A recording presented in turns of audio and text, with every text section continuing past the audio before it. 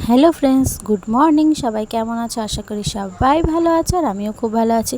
তো রিয়া ব্লগে সবাইকে অনেক অনেক ভালোবাসা, ওয়েলকাম জানিয়ে আজকে ব্লগটা এখান থেকেই শুরু করছি। তো দেখো, সকালবেলায় স্নান করে আগে আমার গপুদেরকে সাজিয়ে গুছিয়ে ভোগ দিয়েছি, আম দিয়েছি, আর সব ঠাকুরকেই দিয়ে দিয়েছি আমার মিছরি।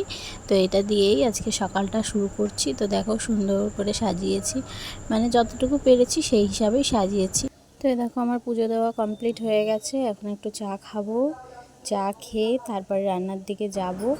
আজকে রান্নার অনেক কিছু আছে, মানে সেরকম কিছু হবে না, তাও মাংস হবে। তো দেখো, বলতে বলতে মাটন নিয়ে চলে এলো, আর এদিকে ও ধুয়ে নিচ্ছে। আর আমাদের বাড়িতে সবাই ভালো খায়, খালি আমার মেয়েটা খেতে চায় না, তো ওর জন্য মেয়েটা আনতে হয়। তো তারপরে এই যে এটা ধুচ্ছে, ধুয়ে রান্না করবে। আর আমারই করার কথা ছিল, তো আমি বললাম আমি আজকে করবো না, আজকে তুমি করো। তো ও ওইদিকে রান্না বান্না আমার থেকে অনেক ভালোই পারে। তো ওই জন্য ওকে বলেছি তুমি রান্নাটা করো, তাই ওই যে রান্নাটা করছে।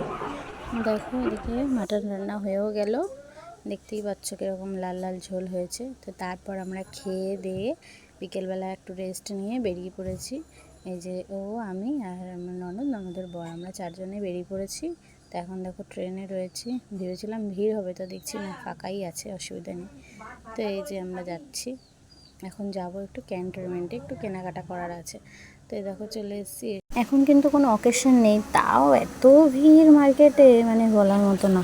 তো দেখো, ওখানে না পছন্দ হয়নি, তারপর আর একটা দোকানে এলাম, এটা মলের মতন।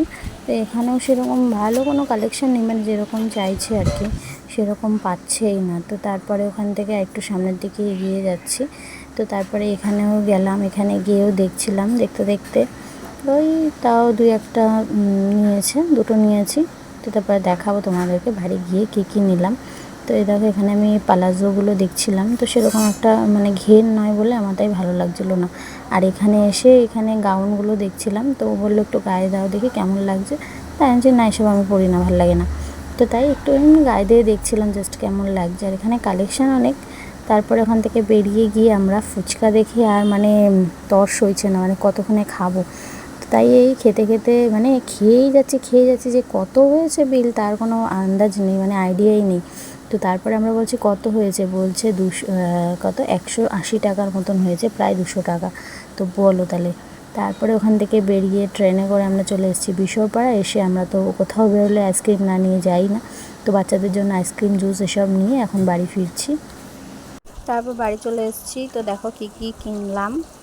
তো এখানে 3টে ব্যাগ দেখতেই পাচ্ছ। তো এটা হচ্ছে আমার ননদের, একটা কুর্তি নিয়েছে, সিম্পল, সেরকম না ভালো কিছু পাইনি। আর এটা হচ্ছে আমার মেয়ের একটা টপ নেওয়া হয়েছে, আর ননদের ছেলের জন্য দুটো গেঞ্জি নিয়েছি, আর হচ্ছে তোমার একটা নাইটি।